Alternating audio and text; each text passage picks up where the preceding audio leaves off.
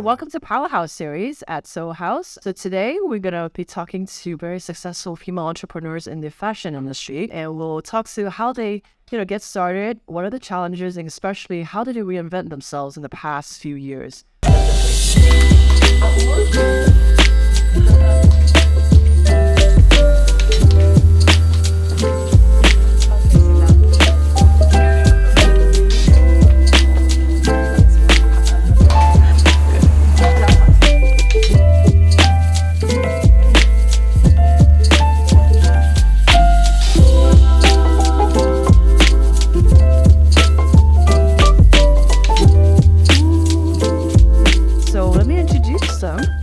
So we have 3 panel stickers, and one will join at 1 o'clock. Lucy Petit, founder of the Hong Kong model camp, if you can join us here. And Susanna Soo, founder of S.Nine. And Sarah Fung, founder of the Hula. And I'll leave it to them to explain their business as well. And I'm Joyce. And Ariane from Rue Madame will join at 1 p.m. So we'll get to chat with her as well. Hello everyone, thanks Joyce for this great introduction. My name is Lucy Petit, I'm a model in Hong Kong and the founder of HK Model Camp. We create empowering experiences to help women mostly and teenagers to build their own confidence and self-esteem using modeling as a medium to do so. But we are welcoming everyone to participate as well, although we have a focus for teenagers and women mostly. Hi, my name is Susanna Soo, and I'm born and raised in Hong Kong, and I started my brand S.Nine by Susanna Soo 2009. My passion to drive this brand is also to empower women and also want to bring inspiration and light to women through my design. So my name's Sarah. I'm the founder and CEO of Hula. Hula is an online platform for the resale of designer women's wear. So we're a consignment store, and we have a shop on Hollywood Road, and we also have a warehouse in Wong Chuk Hang, where we have thousands of amazing pieces. So come and see us.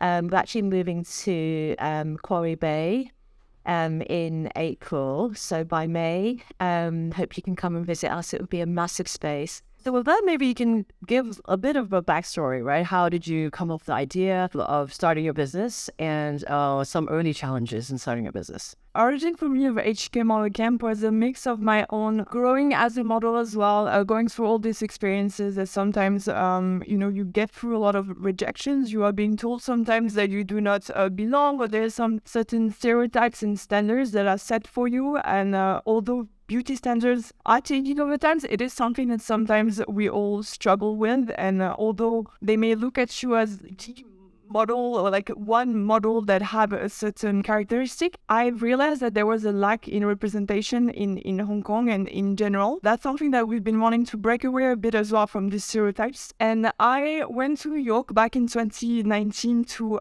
go to Coco Cha Model Camp. Coco Cha is a supermodel, Canadian supermodel, and she really opened my eyes and broadened my perspective in terms of what's doable in the creative industry and how much it could evolve from that point. And I really wanted to bring this back to Hong Kong and create something on my own as well that makes an impact on people and hopefully contribute to making this place a better world in that sense, to allow women to really express themselves artistically as well, and that no matter who they are. My background is not in fashion before. I graduated in Carnegie Mellon for information systems, and I work at web design as a web designer and web developer in New York. It all changes when I was thinking about down the road 5 years later, what I'm going to be like. And then I realized I don't see myself in the IT industry. And then I started going to sewing classes in the garment district and started to kind of learn a bit about, the construction of the clothing. And then it kind of resonates to me from finding the fabric, sourcing the fabric, feeling it, imagining what it would be like. And then that's kind of, I suddenly opened my eyes and realized this is how I want to express myself. This is kind of like my creative channel, and all of a sudden it feels like my life comes back to me. It didn't require any courage or struggle like for me to decide like I want to go on this path. I just instinctively know that this is where I'm going. I was talking about a decade ago, and now I'm still here loving what I do, and I still have that original passion, excitement of when I find the fabric, when I kind of hearing and seeing that creative energy of making a piece come to life. Nothing I regret from that moment. Awesome. Thank you. I was actually born in the UK. I did a jewelry degree. As soon as I finished, I started a jewelry business. And so I then dropped the jewelry and did lingerie. And like Susanna, I had no training at all. And we just designed fun things. So we were selling at Lane Crawford, Selfridges, Henry Bendel's, lots of really great stores. But I had zero business acumen. I didn't know what I was doing. I was pricing things completely wrong. I was not making any money. I soon gave that up. Lane Crawford offered me a job to work in Hong Kong. So I came here. I worked in the creative department under the creative director, and I literally learned so much about corporate life and about the business of fashion. I was there for 9 years. I noticed how much waste there was in the business. And because I had come from a design background, I knew especially how much effort it takes to make things, to produce them and to market them. And I also had that side that I knew the work that it took us to market these pieces. And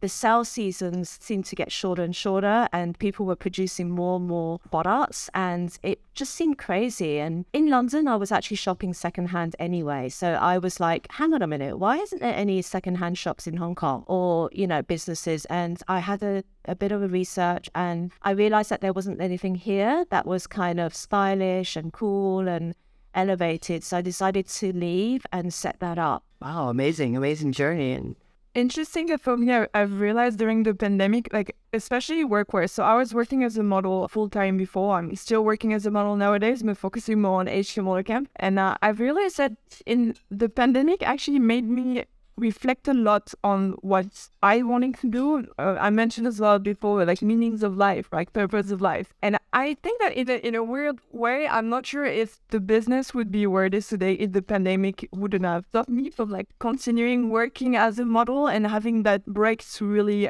assess what I want to be doing, what would be the next step for me. In terms of challenges, I think it's mostly about like being back and forth. Like the fact that myself personally, as a model, everything stopped, right? I used to work with a lot of international clients who would not fly back in town. So you have to find ways to adapt as well. So a lot of things that turn online as well. I remember the first Zoom meetings or shooting catalogs on the phone with like a team of 4 people, because we were limited to doing that. So having even working with the fashion director of Vogue Hong Kong for a shooting together, and it was literally just himself, the assistant, one representative of the client, and myself that we shot on the phone.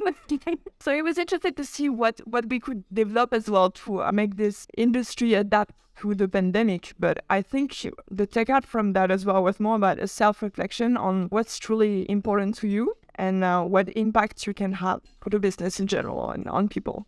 You mentioned before, and I think it's great, because when I first saw, your business HK model account, I thought it was general modeling, but you mentioned it's really for regular people. I mean, I'm sure it's everyone, but also like teenagers, regular people that want to kind of, maybe have a better self-image. For me, that's what's the most rewarding thing, is that we don't necessarily need to be working with models. That's the whole point of that, is to bring modeling skills and making it more accessible to everyone. So we did mention we focus mostly on teenagers and women, because I can relate it myself to when I was younger, when I started modeling, and I had, as you girls mentioned as well, like no particular training in this field, and trying to understand how I can make it work myself without any knowledge and not knowing what to do as well. And I remember myself being not confident at all when I was 15 years old and getting in this career. I wished back then that I would have had someone to be able to guide me in the right direction. So that's why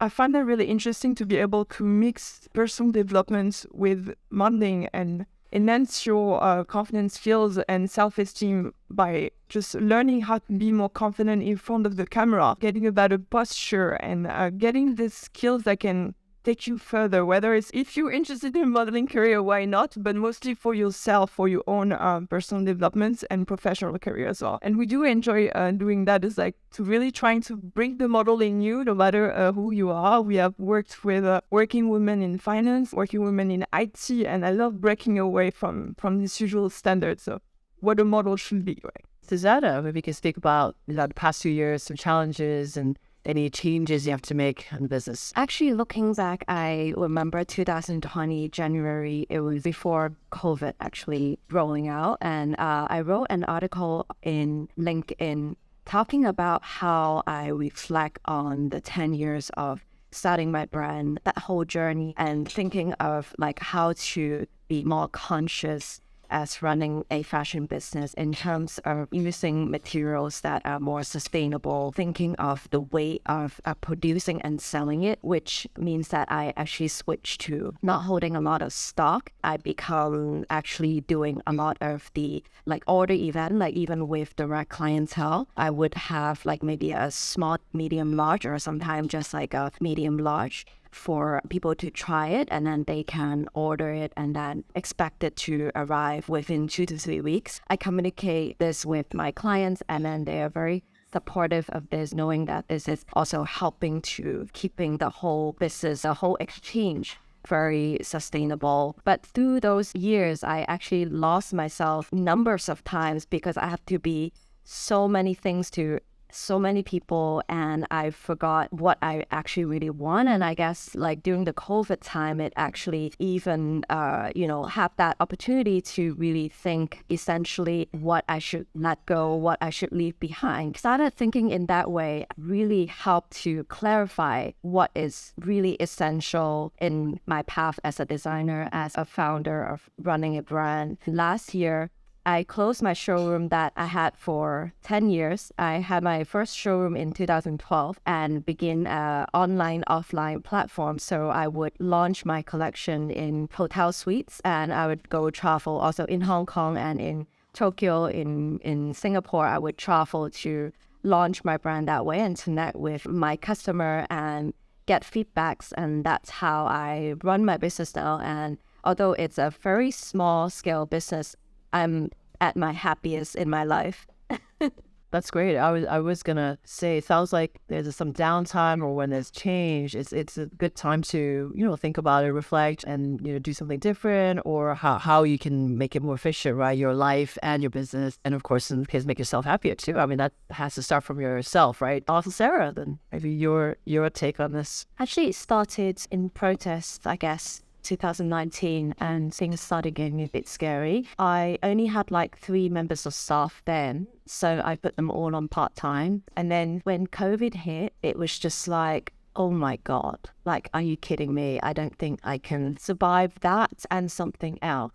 Actually, it was interesting because with COVID, because everybody was here and locked in essence, we actually did okay. And people were finding new ways of shopping. I think pre-owned fashion had just started getting into the limelight. Because of COVID, sustainability was also at the forefront. And we had by then anyway opened up our warehouse, so we were getting busier there, even though it wasn't always foot traffic. But the thing that COVID did manage to provide on the plus point was that rents really went down for us, and we were able to finally have a shop in Central where we may never have afforded it before. And it was a huge risk, actually. Like, my husband was like, you cannot be affording that rent, you can't do this. And I was like, you know what, if I don't do this, I will die. So it's do or die.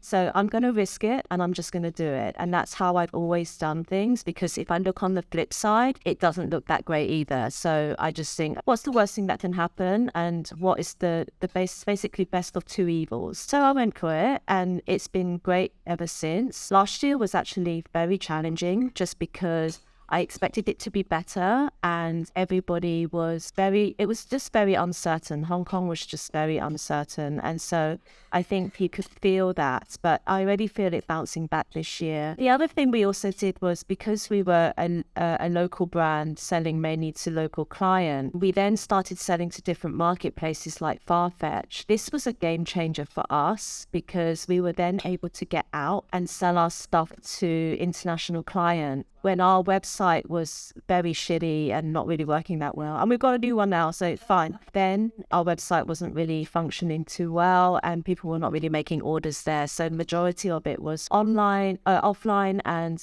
having Farfetch and some other marketplaces like that really helped us. And you can also, from that, collect data. You're like, oh, who is shopping pre-owned and what are they buying? And from a very kind of powerful technology like, other people's websites. So it was good to do that. Great, thank you. So we have Aria here, just joined.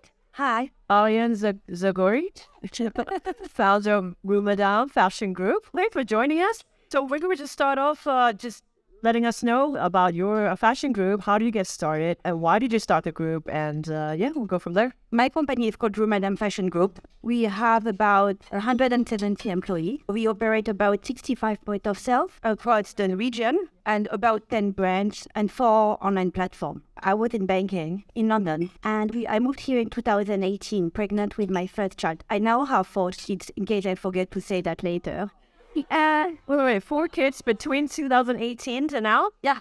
No, 2008. Oh, 2008. No, that's how it works. So I moved here in 2008, 6 months pregnant, expat wife. And I was like, I'm going to work. And people are like, yeah, okay. And then so I started looking in finance again, but I never loved it. I did it because it was challenging. It taught me life because that was probably the opposite of who I was. And I think to start a career, to do something that is very challenging for you is a very good way. I started looking for a job in banking, but there, 2008, Hong Kong, a lot of luxury, a lot of fast fashion, nothing in between. Whereas in France, you have all these brands starting to boom. So I opened a shop like this, really without thinking. The only thing I thought about was, okay, how much am I going to pay? How much am I going to lose if ever I fail? Am I willing to do it? Because nobody can tell you at the beginning what you're going to make. What you know is your cost structure. So that was the deal. I went to my husband and say, I don't want to make money in banking. I don't want to take care of my child full time. And I want your money to start my business. And this is how much it's going to cost you. I mean, it depends on everyone's situation. In our situation, we were still able to send our kids to university in case I was failing. But there was a very clear line in case that was not working, where to stop. But that's how I started my business. I didn't know anything retail. So in the first 6 months of my Rue Madame Fashion Group business, I had no staff because I couldn't find any staff. So I was the salesperson, I was the cleaner, the buyer, the accountant. I was everything. My job, how can you understand retail if you are not in your stores? No way. That was the most important moment of my career, being in my shop, meeting people, understand Hong Kong, understand retail. And actually all my Hong Kong friends, most of them, I met them there at that point. Sorry, it's been long. I was about to open one shop in a random location and the landlord changed his mind. God bless that guy. And then another location in Elements, but in 2010, Elements was dead. And someone I met tells me, no, open in Lee Garden. I was like, Lee Garden, really? But then actually it was a very good choice. What is the biggest challenge? I mean, so the first is you had to get into retail, so learning that. What are some of the criteria that you kind of start bringing on new brands? How did you evaluate and bring them on? So to speak about bigger challenge, I mean, we are just out of protest and COVID, retail. Yes. I cannot count the number of challenges we had, but that was one, but we had a lot. And if you ask me for my business and probably my emotion, protest was harder than COVID. Protest was really tough for us because it involved our staff safety, and you don't joke with that. First of all, I think it's about value and it's about numbers. Fashion is actually a difficult industry because it's sexy, so a lot of people want to work in fashion. But at the end of the day, it's an industry, it's a business, and you need to know your numbers. We know where we are, we know what we need to do, and we pay attention. The numbers are important. So for me, it's a mix between 3 things. One is number. One is integrity. What are your values? What do you want? What are you bringing? I do this job because I like people. I sincerely like people. That's who I am. I do that job because I want to make people happy. So this is the core of the business. Sincerely, I prefer that you come to my shop and that you live happy with nothing, that you live with something, but you are not very happy. And clients, in my industry, in fashion, and people create things because they think it's pretty, but they don't think about the client. Who are your client? What are you trying to do with them? This is very important. And then for me, the last part, I said I'm a people person that also involves my team. So I'm extremely proud that a number of our team have been with us for more than 10 years now. People say in Hong Kong, people are not loyal. That's not my experience. So my team is very, and through the hard time that we had the last 3 years, I really did the best to protect the team.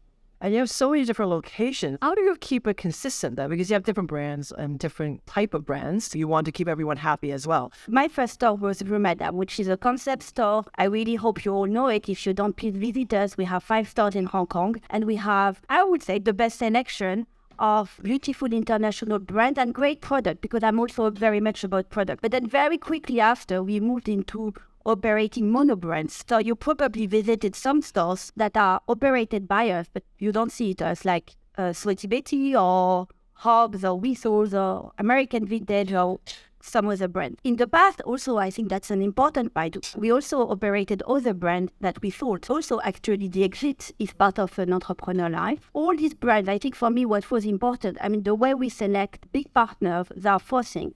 Not for Rue Madame Bar, but for the biggest partner when we open shop with them. Number one is the people, the management. The issue with that is actually changed over the years. When we sign the contract, at least we try to find brands that we really like the management. Number two is the product. Is the product bringing value to someone's life? Some brands are going to target the very cool young people. Some brands are going to target maybe less cool, but women that actually are fantastic women and I want to make them happy. So is the product addressing someone? Number three is, are they big enough? Because if you operate in Hong Kong or Singapore, China, you better be big to be able to run the operation. The fourth thing is, do they have strong shareholders to buy us back one day?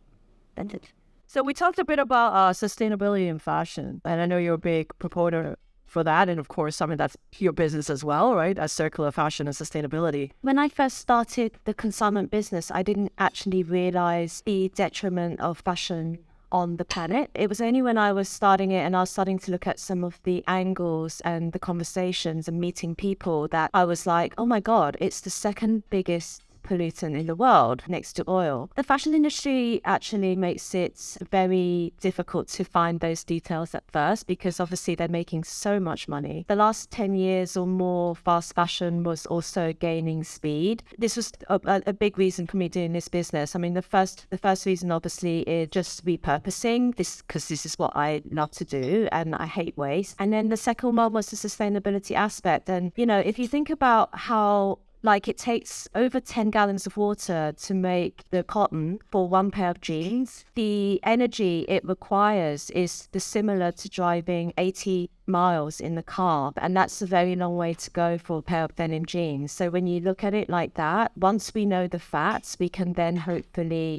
be a bit more conscious when we're actually buying something. So I feel like having a business and having something that is a second goal, sustainability, actually makes me get out of bed easier. Any advice for consumers how they can be more aware and also help towards a sustainable kind of fashion cycle? Just think before you buy. I'm not saying that people shouldn't buy new things. I just think people should be careful about buying things that fit them, or knowing your style is something that really can help you do that, so you don't walk home with loads of things that you don't wear. I think invest in a stylist if you can.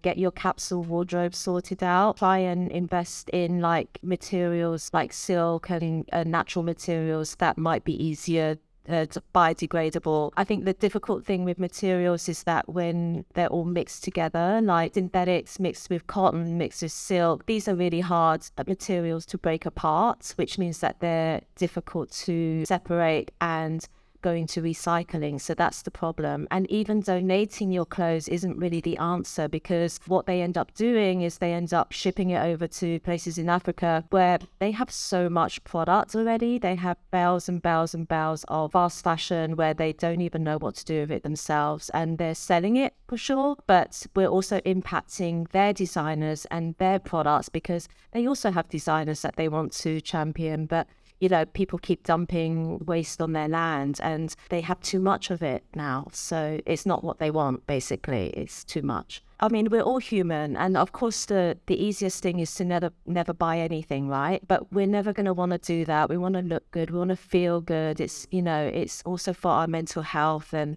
And so for me, buying secondhand solves that problem. I say secondhand, pre-owned. You can have fun with fashion still and do it consciously. But yeah, like I said, you just have to think about what you're going to do with that product afterwards. Like if you buy something, then just make sure you can resell it afterwards. I think that's also a thing, you know, like if it's a good brand, you can resell it. If it's Zara, you might not be able to resell it again.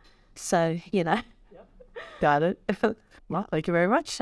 I think I want to ask, well, before you mentioned like, you know, going to finally getting back to production in China, going to be able to see it. And so maybe talk a little bit more about the supply chain side or the production side as well. What are the challenges? And again, how kind of what are the things you have to do differently? Throughout my whole career, I guess, like I have tried every single thing that a designer or brand owner tried. Like first I did showroom in New York. So like an agent represent my brands. And that time I mainly focus on getting wholesale orders. So I would work with the factory that make a set of samples, maybe two to three sets of samples to showcase to, you know, a few of the showroom that represent my brands. And then when I get orders, then I will produce, like get the orders to produce. Like that's kind of like the traditional textbook way of running a brand back then. As I've been trying many different ways to do things as a business owner and designer, I find out actually the best way for me to do it is to go direct, which means to actually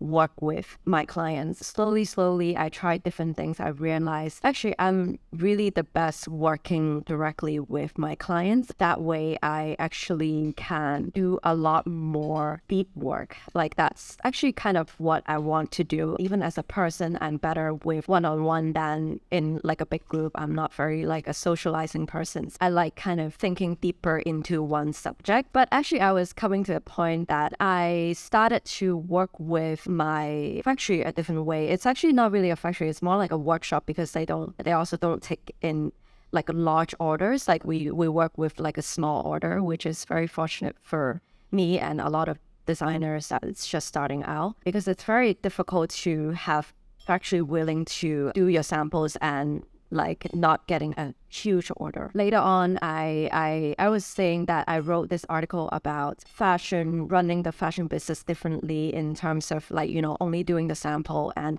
meeting directly with the clients and get order that way. I produced even less because I was, you know, thinking of reinventing my own way of doing the business and see how it works. Like, I mean, of course, it's not very secure also for both the factory and for me, but eventually we both find it to work because definitely a lot higher price. Like basically that the price of making the pieces will be much higher for me, like but of course I can also reduce the stock that way. So we test it out and I realized it actually worked in that sense, even though like I'm paying each piece like a very high price, but then I don't have to, you know, like produce a lot, and I can also do like a lot of the custom things in that sense. So like in terms of creativity, that is helping me a lot as well. Like I don't have to keep doing the same thing over and over again. When things work, I don't have to produce like 100,000 pieces. I can still like, you know, do different creative things. Yeah, do small batches. There's not a lot of waste, and just what we talk about, sustainable fashion, right? And materials, like great materials, so that's something that could last. So it's all in kind of the same theme as well. So great. Well, thank you very much. Yeah. So yeah, just maybe, I mean, you spoke to it a little bit before, but then kind of just elaborate a bit more, you know, to your transition from modeling to your Hong Kong, you know, model camp. And again, I really like the idea that, you know, helping regular people, you know, learn some modeling tips that also help improve their self-image, become more, you know, of a secure person. So again, can you, elaborate a little bit more about that process? One thing that we're quite proud of in that sense for HK Model Camp is that we're, as mentioned before, really trying to break away from this standard, right? And having myself been in this industry for way too long that I'm thinking of it. I started modeling when I was 15. I'm 30 now, so it's been quite a long journey. Very young. Yeah. I mean, it took some time, don't get me wrong. Like, I started at 15, but things only really took off from when I was 18, 19, because as mentioned before, I didn't have the self-confidence, a lot of doubts as well. And that's something I've realized has really helped me personally express myself in the sense that I wasn't able to use words sometimes for it, and being able to find other ways of self-expression, such as modeling or, dancing, acting. We've talked about it earlier with Sarah and Susanna about, using fashion as well to feel good and, look good, feel good. That really is something that is needed for everyone. And I find that interesting that sometimes we do get a bit of a backlash from people when we introduce what we're doing, because they always tend to think it's only for model. Our goal is really to bring the model in you, even if it's just for a few hours, for you to feel good, for you to develop that self-love as well, just self-acceptance as well, and loving yourself a bit more. And I think that's needed for everyone, not just for models. And that is something that personally I've struggled with back in the days, especially because, when you're in this industry on a professional level, you do sometimes have agents or bookers who do tell you that you are too old or too fat, where I was 23 and you had 4, Yeah.